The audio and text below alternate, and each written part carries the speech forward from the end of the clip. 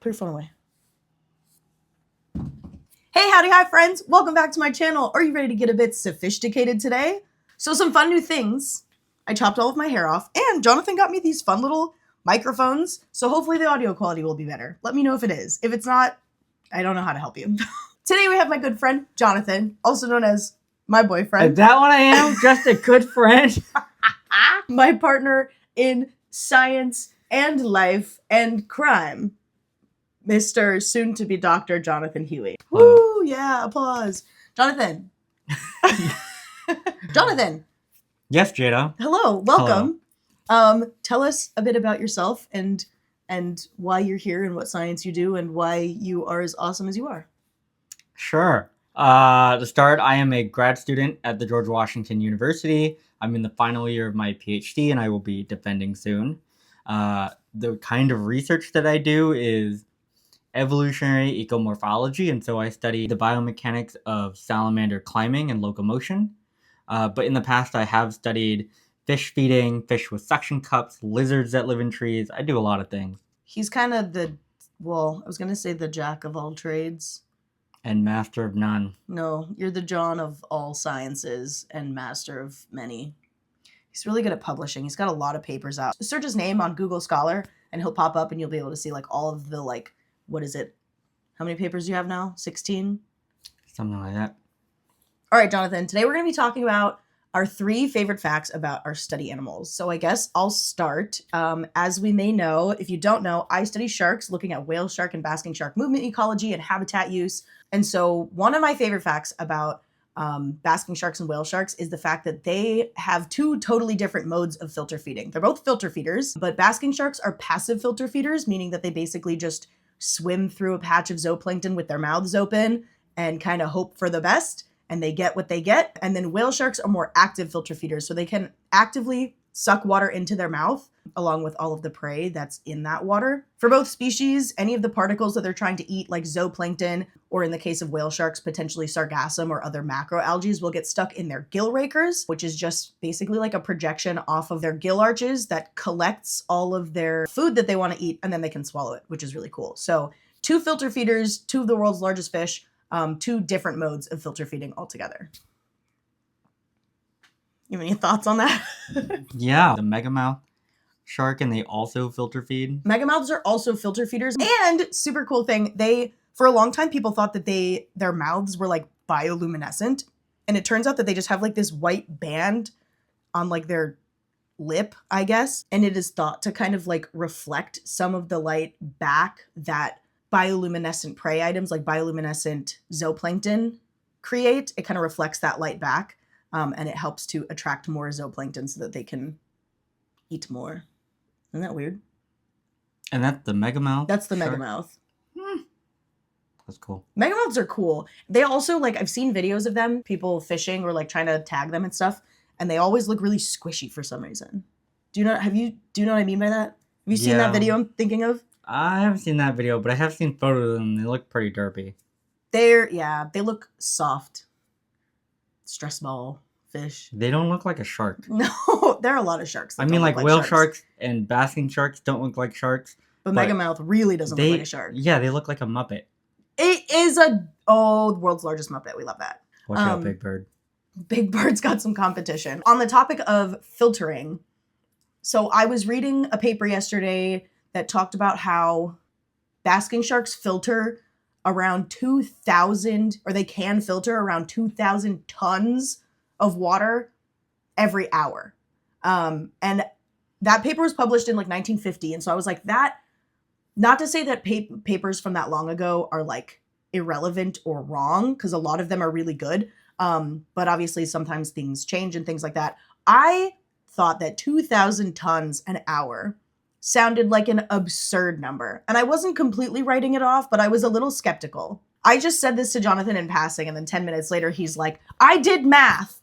I think 2,000 tons an hour sounds right. So Jonathan, tell us a little bit about the math that you did. This is how nerds question things. We don't just question things. We do the math to figure out why we do or don't think that something is true. Yes. So I started by Googling how big the mouth of a basking shark is, and Google says that it's about 3 feet in diameter. And so if we assume that the mouth of a basking shark is a perfect cylinder, we can calculate the area of its mouth opening using the equation for a circle, which is pi r squared. Mm-hmm. And so with that, we end up getting a... Oh no. Did you do it wrong? Is my math wrong? Nope, that's correct.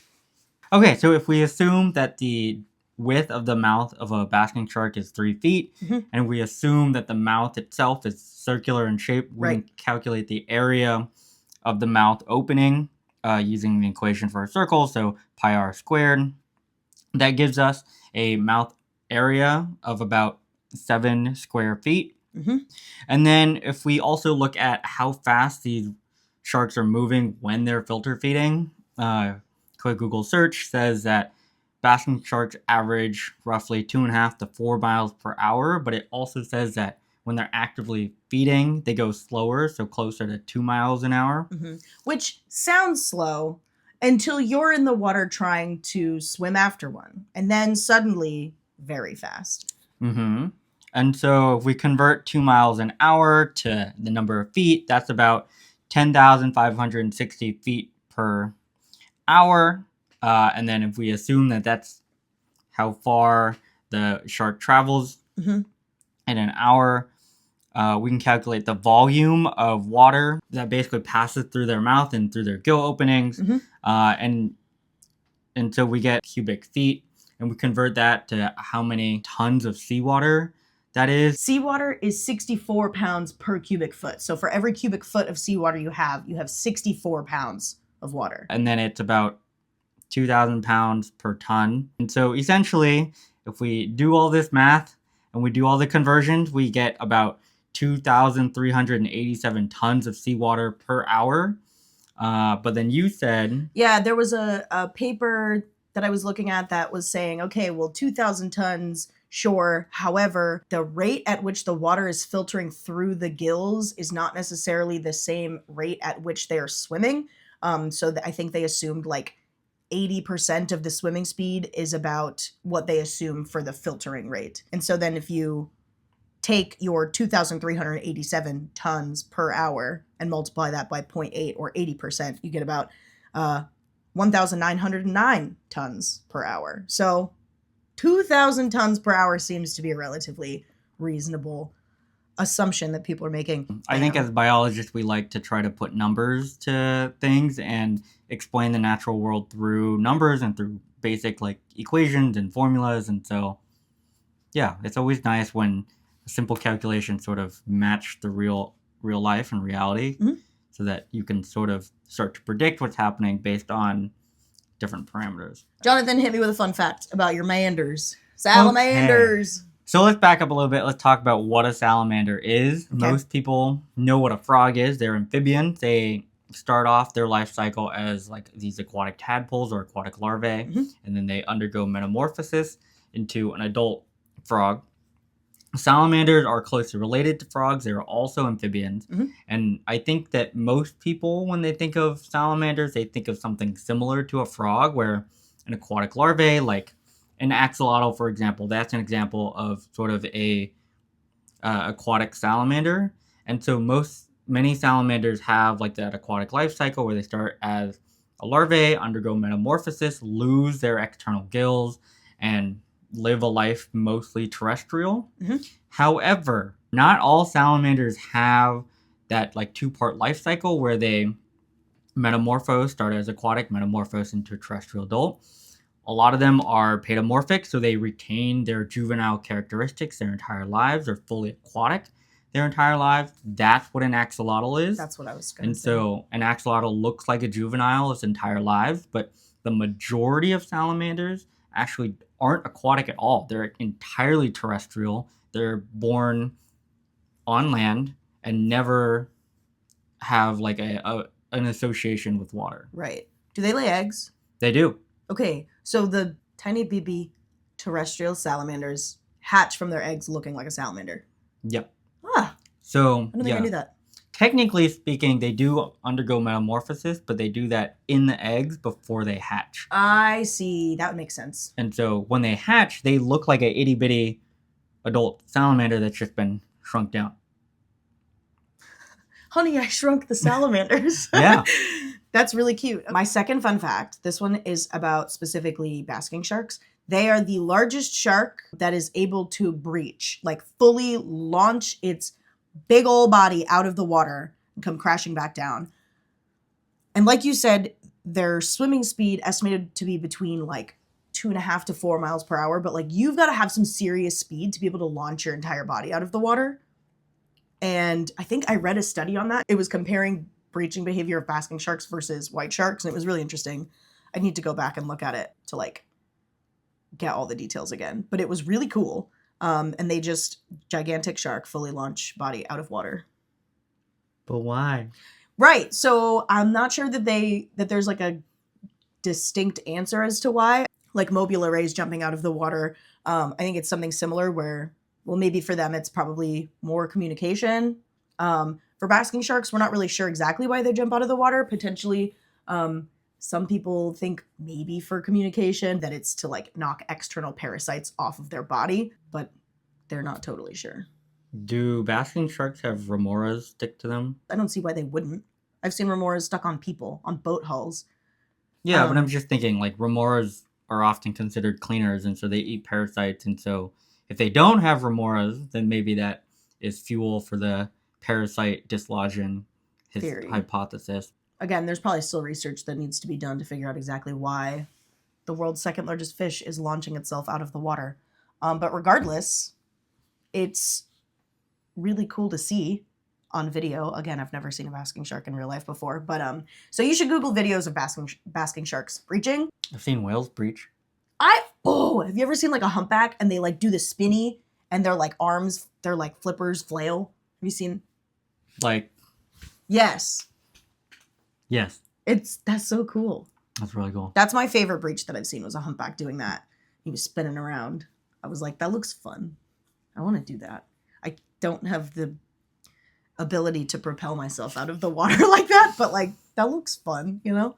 You should get one of those little like jet things. A jet ski? No, the ones that you attach to your feet and then you can like fly around and the water shoots out. The hover? Yeah. No. Wait, do you know what I'm talking about? No. Okay, so it's like this thing that attaches to your feet, like a jetpack for your feet, but it's water. And so you're on like a lake and you just like... Do you not know what I'm talking about? I think I know what you're talking about, but I don't think I understand how that works. I don't either, but that's the closest thing that I could get to breaching like a whale, and so I want to do it. But I also am scared that I might drown. I feel like I'd be like, I don't know how to turn the proper way, and then I actually just propel myself to the bottom of the lake, and then I die. I don't think that's how that works. Anyway, Jonathan, hit us with your second cool fact. Okay, let's talk a little bit about salamanders that climb trees, which is the crux of my dissertation. So I talked about how salamanders, there are many that are terrestrial their entire lives. Well, what a lot of people don't know is that a lot of them are arboreal, so they live and climb on trees. And so most of those are found in the neotropics, so like Central and South America. But in the US, we have a couple of species within this group called Anietes, also known as the climbing salamanders, where in California, one of them, the wandering salamander, Anietes vagrans, is known to climb the California redwood trees and like live in those canopies. Like they can live their entire lives up there, and they can appease the nature gods by living at the tops of trees. Okay, continue. Sorry. And so some of them can live, like, have been seen up to 93 meters above the ground, which is about 300 feet. They're really good climbers, but unlike your geckos or other arboreal lizards, like they don't have claws, they don't have toe pads, and so a big part of my dissertation is studying how are they able to climb. But in addition to having really good climbing abilities, they are also really good at jumping. And so research by Christian Brown, he studied how these animals are able to like jump and parachute. So basically they will jump from the tops of the trees down to like a lower branch and control their descent by like spreading out their arms, using their tail as a rudder. And like you can look up this research, it's super cool. Like they put these animals in wind tunnels. Skydiving salamanders. Skydiving salamander. They put them in wind tunnels, and they just like watched how they control their descent. Skydiving salamanders is cool because they've done more cool things than I have because I've never been skydiving. Nor have you climbed a redwood tree up 300 feet. And I wouldn't. I'd skydive, but I'm not climbing a redwood tree. Because if I fall, then I'm just like ping-ponging between branches until I hit the ground. If I fall from an airplane, that's essentially the goal. And then you have a parachute. Well, you just gotta learn how to spread those limbs and... I would hit the ground so much harder than a salamander. My last fun fact, this one's focusing on the whale sharks. They have eye teeth. And by this, I mean all sharks, all sharks have dermal denticles, which basically translates to skin teeth. Dermal, like dermatologist, being skin. Denticles, like dentist, being teeth. These are their scales. They come in all kinds of different shapes and sizes depending on the shark species and depending on where on the shark's body it's located. And again, depending on where it's located and the species of shark, they might have different purposes. Maybe it's like abrasion strength. Maybe it's to help reduce drag so that they can swim really fast. Again, just depends on the species. There's a lot of sharks out there. But for whale sharks, they have dermal denticles on their eyeballs. Optical denticles. Whoa! Anyway, they're still trying to figure out exactly why they have denticles on their eyeballs. One thing that made me really uncomfortable was thinking of like if you had dermal denticles on your eyeballs and then you go to blink and your eyelids are just like going against something really rough. That's not something that they have to worry about because they don't have eyelids. But eyelids protect our eyes, right? And the idea is that the dermal denticles are also protecting the eyes of the whale sharks. And there's a little bit more evidence to suggest that vision is important to them because if they have this protective structure on their eyeballs and they're also able to kind of like shield their eyeballs, like you know how if you see another shark going after food and it kind of like rolls its eyeballs back, that's to kind of protect its eyes. And whale sharks can do the same thing. So both the dermal denticles and like the ability to kind of like roll their eyes back suggests that maybe vision is more important to them than we once thought because they're obviously trying to protect their eyeballs. So yeah, whale sharks have eye teeth, and that is my favorite thing to tell people because before I explain what that means, they kind of just panic a little bit. Yeah, I mean, my first thought is like Mad Max, Fury Road. I understood that reference. I don't know what that is.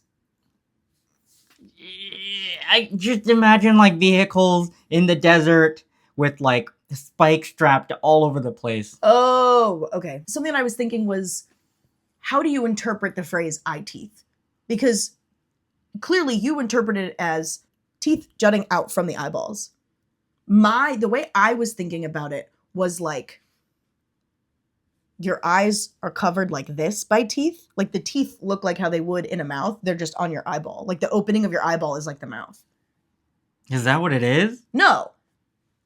That's how I picture when I say eye teeth. That is what I picture. The way that it actually is like you have the eyeball, like the iris kind of in the middle, or like the pupil, in the middle, and kind of around it on the eyeball itself, they have these denticles. I am skeptical. Why? Oh, I don't know. I just wanted to say I. Oh my God. I was like, what are you skeptical of? That's what they found. They've got images. Another thing that I just thought of is sharks replace their denticles. They'll come off. They get new denticles, kind of like tooth replacement in a way, which makes sense because they're kind of like teeth. How does that work for the eyeballs? I need an update, a part 2 from this paper to look at development and replacement. Jonathan, hit us with your final mander fact. My final salamander fact of today is that some of them have really good regenerative properties. In fact, of all vertebrates, they probably have some of the best regenerative properties. And so, for example, you can cut off the limb of a salamander and it'll grow the entire thing back almost perfectly. You can cut off the tail of a salamander and it'll grow that back almost perfectly. Whereas like lizards are famous for dropping their tails, growing them back. But once a lizard grows its tail back, it's not perfect. It's not identical to the way it was before. Instead of the bone and the vertebra that make up the tail, they have a cartilaginous rod that provides the structural support. And so it's now a stiff tail that they can't bend. I was going to say they can't articulate. Mm-hmm. Oh. Whereas the salamander, you cut off their tail, they grow it back. They grow back like the individual bones. And so they maintain the articulation and full control. Let's say your lizard's tail is this long and you cut it right here. Mm-hmm. This is how much is going to be that cartilaginous rod. Mm-hmm. Could you then cut it here and it will grow back? Yeah. So yeah, you can keep going up until, but you can't, once it's like, if you've already cut it to here, you can't then cut it here Mm-hmm. and then it won't grow back. Yeah. Huh. I actually don't really know like how that works in the salamanders, but either way, they still grow back their tails way better than lizards do, which is why there's a lot of research invested in like studying the regenerative properties of salamanders and particularly axolotls, because they're so good at it and we are so bad at it. And like hopefully we'd find a way to like, I don't know, engineer better regenerative properties in humans. I feel like saying humans are bad at regeneration is the understatement of forever. That's There are true. certain parts of humans that can kind of regenerate, but not limbs. Don't do that. Don't test that theory. Yeah. Well, I mean, like we're able to like regenerate our bones, regenerate our skin, and like regenerate organs to an extent, Mm-hmm. but we cannot replace an entire organ, not like salamanders can. One of my favorite things is that Jonathan's work involves having salamanders like walk and climb on just like a flat surface. But so he has to go out and find salamanders to then make them walk and climb on things. But if he's doing field work and he sees a salamander with like a tiny foot, he just can't collect it because then it's tiny halfway through regeneration process. Like that foot, it's gonna change the way that the salamander walks, so then he can't use it for his walking trials. You know those little baby hands? Little hand puppet things? That's what I'm imagining when like a salamander is like regrowing its And limbs. that's exactly what happened. Like, if you were to take the hand and just chop it off, it'll first grow back a little baby hand, and then it'll slowly get bigger. Oh, I love that. Not only do I see salamanders with baby hands in the wild, I've seen salamanders with extra toes. I think I have one in the lab right now, a specimen from a museum where on one foot, normally they have 5 toes. I think that there are 8 or 9 toes.